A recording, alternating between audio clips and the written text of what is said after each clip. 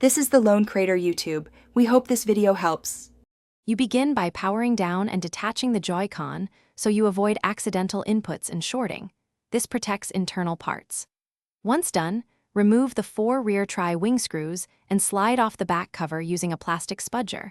Go slow to avoid snapping clips. Make sure to keep screws organized in order and note the ribbon cables.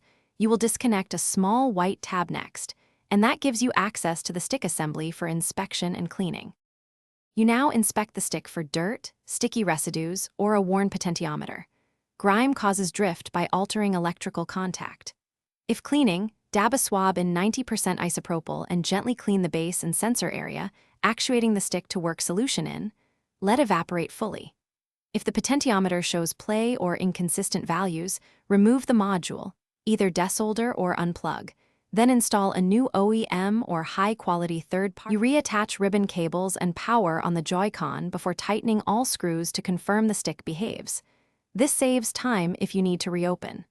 Next, run the switch controller calibration from Home menu to reset neutral values and test in a game and the calibration screen to verify zero drift. If drift persists, try a firmware reset and repeat cleaning. If still present, the replacement module may be defective.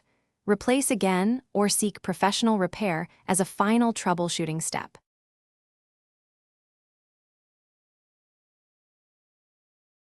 Thanks for watching. Consider subscribing if we helped you.